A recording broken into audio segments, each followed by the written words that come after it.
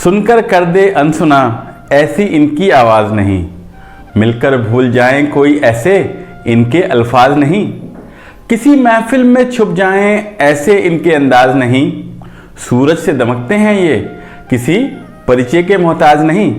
नमस्कार, संजय गुप्ता इस बार मैं आपको मिलवा रहा हूं होम साइंस के पहले बैच से। सोचिए कितनी अच्छी अनुभूति होगी जब आप पहले किसी कॉलेज में आते हो, आपका पहला आईडी नंबर हो और आप पहले ऐसे छात्र बन जाएं जिसके लिए लोग इतनी दीवानगी दिखाते हैं। तो 1971 बैच को बहुत ही शान और अदब के साथ आज पेश कर रहे हैं आपके सामने और शुरुआत करते हैं एक ब्लैक एंड वाइट एरा के एक ऐसे गीत से जो हमारे ही इसी बैच की एक साथी ने फिल्माया है। आइए देखते हैं ये एपिसोड। क्यों आगे पीछे डोलते हो भंवरों की तरह, क्यों देखते हो मुझको यूं बेसब्रों की तरह, क्यों आगे पीछे डोलते हो भंवरों की तरह, क्यों देखते हो मुझको यूं बेसब्रों की तरह। क्या मेरे दीवाने हो? नहीं नहीं। क्या कोई परवाने हो? नहीं नहीं। क्या मेरे दीवाने हो? क्या कोई परवाने हो? काम क्या है मुझसे इतना कह दो जी जरा। मैं होम साइंस में एडमिशन लेने वाली पहली लड़की बनी and I am first girl student of this university also. और ये जो है खिताब मेरे नाम है यूनिवर्सिटी की पहली लड़की का। और अभी भी मुझे कभी होम साइंस कॉलेज में और गांधी हॉल में बुला के सम्मानित किया जाता है। अच्छा बहुत लगता है उस वक्त, लेकिन इसके नुकसान बहुत थे। मैं अपनी कभी भी प्रॉक्सी नहीं लगवा पाई, भाग भाग के हॉस्टल से जाते थे और मुझे हमेशा टीचर से पहले पहुंचना होता था। पंतनगर जाने के लिए जब 14 वर्ष से कुछ कम उम्र की ये नन्ही चिड़िया जिसके छोटे छोटे पंख आने लगे थे अपने घोंसले से बाहर निकली तो सामने खुला नीला आसमान था। यूनिवर्सिटी में सब कुछ अचंभित कर देने वाला था। तो दिल और दिमाग में एक जंग छिड़ गई।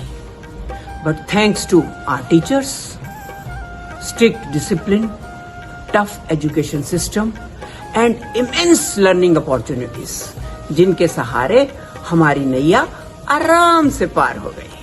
हमारा पहला बैच होने के नाते हमारे बहुत ही सुखद अनुभव रहे।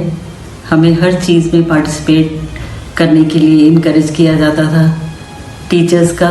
कॉलेज में तो हमारी गाइडेंस रहती थी, हॉस्टल में भी रात को हमें पढ़ने के लिए प्रेरित करते थे कि अगर नींद आ रही है तो वो लोग हमें कहते थे कि हम कॉफ़ी बना के देते हैं, तुम लोग अच्छे से पढ़ाई कर लो, तुम्हारा कुछ क्विज़ अच्छा जाना चाहिए, क्योंकि क्विज़ तो हमेशा अनाउंस नहीं होते थे।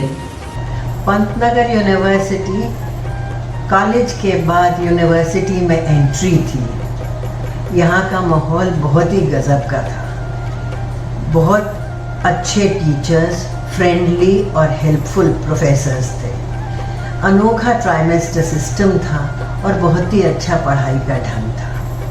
कैंपस बहुत खूबसूरत था और एटमॉस्फेयर भी बहुत ही अच्छा था। हमारे कलीग्स इतने अच्छे थे कि पिछले 50 साल से आज तक हमारी दोस्ती बनी हुई है। हमें पता चला होम साइंस कॉलेज खोला है।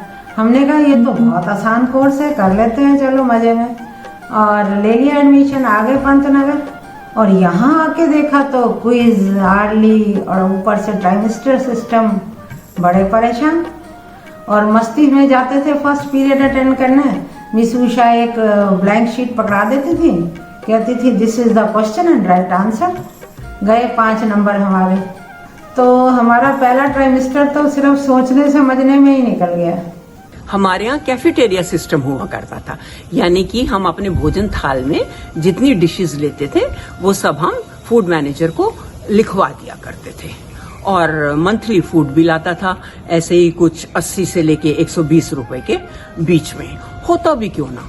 5 पैसे की एक चपाती, 15 पैसे का delicious aloo paratha, dal, all nutritious vegetables, all under 35 to 40 पैसा, और मटर पनीर, फ्रूट क्रीम, बूंदी का रायता और pulao, these used to be Sunday specials, जिसका हर किसी को इंतजार रहता था। तो महीने के बाद जब फूड बिल लगता था तो हमें अपना फूड बिल तो बहुत ज्यादा लगता था, और हम आपस में फिर खुसर फुसर करते थे, देखा वो खाती तो अच्छा खासा है, बिल कम आया है, जरूर इसने चीटिंग की होगी या लिखवाया नहीं होगा।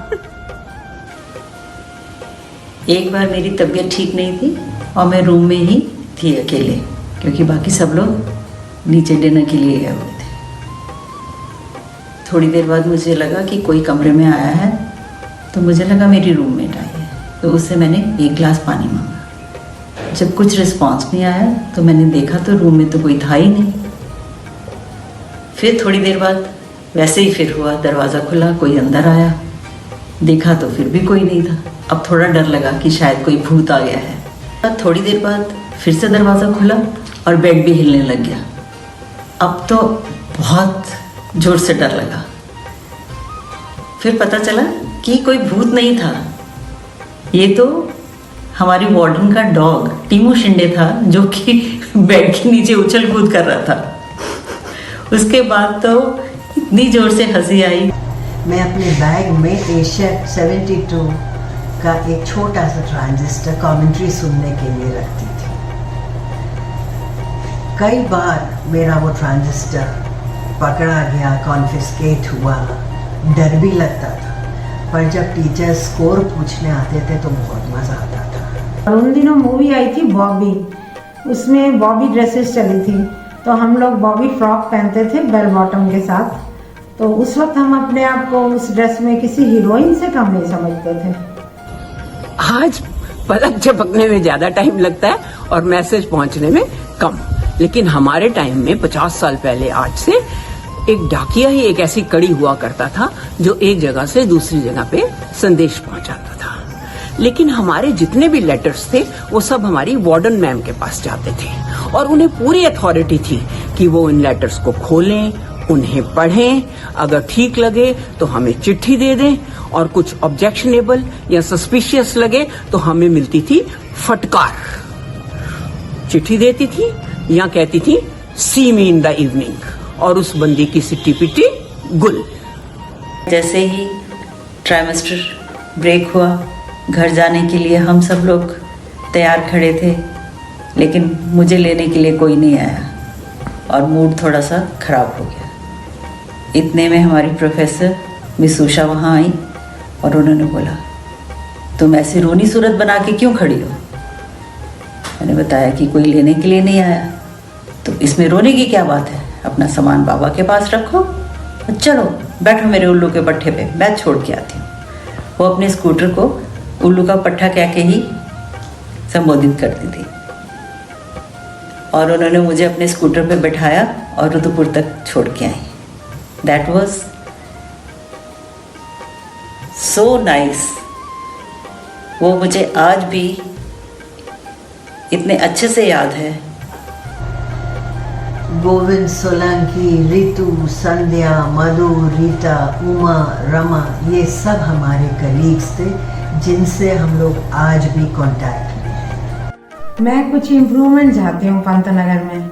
एक तो वहाँ के बच्चों के लिए ऑल राउंड डेवलपमेंट के लिए कुछ प्रोग्राम्स होने चाहिए, और सेकंड हमें गांधी हॉल से जो है बहुत अटैचमेंट भी है, और अभी भी मैं देखती हूँ वहाँ के बच्चे म्यूज़िक सिस्टम से और साउंड सिस्टम से स्ट्रगल करते हुए नज़र आते हैं।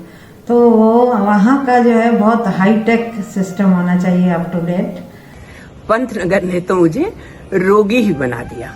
महत्वाकांक्षाओं का ऐसा रोग लगा जिसने ताउम्र पीछा ही नहीं छोड़ा है, लेकिन अपनी यूनिवर्सिटी से कमाए हुए आत्मविश्वास के सहारे जिंदगी की हर चुनौती का सामना किया।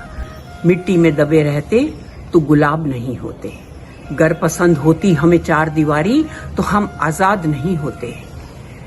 चिरागों की तरह खुद को जलाना पड़ता है, मुट्ठियां भींच के बैठे रहते तो इनकलाब नहीं होते, इनकलाब नहीं होते। पंतनगर यूनिवर्सिटी में तो पढ़कर जैसे मेरे जीवन का नज़रिया ही बदल गया। मैं बहुत आभारी हूँ मिस्टर संजय की, मिस्टर वेद की और मिस्टर रविंद्र अहलावत की, जिन्होंने हमें पंतनगर वासियों को फिर से एक बार जोड़ के हमें उस एरा की याद दिला दी। बहुत बहुत धन्यवाद। मौजवा करे क्या जाने हमको इशारा, जाना कहाँ है पूछे नदिया की धारा, मर्जी है तुम्हारी ले जाओ जिसको, रियर झूमे ऐसे जैसे बनवा नाचे मोर, सावन का महीना पवन करे शोर, जियर झूमे ऐसे जैसे बनवा नाचे मोर। तो कैसा लगा आपको हमारा ये 20वां एपिसोड? यूं ही इटलाते रहिए, किलकिलाते रहिए, मुस्कुराते रहिए और देखते रहिए पंतनगर की यादें। अगली बार हम ला रहे हैं एक और धमाकेदार एंट्री, ऐसे ही मनोरंजक, ऐसे ही शानदार।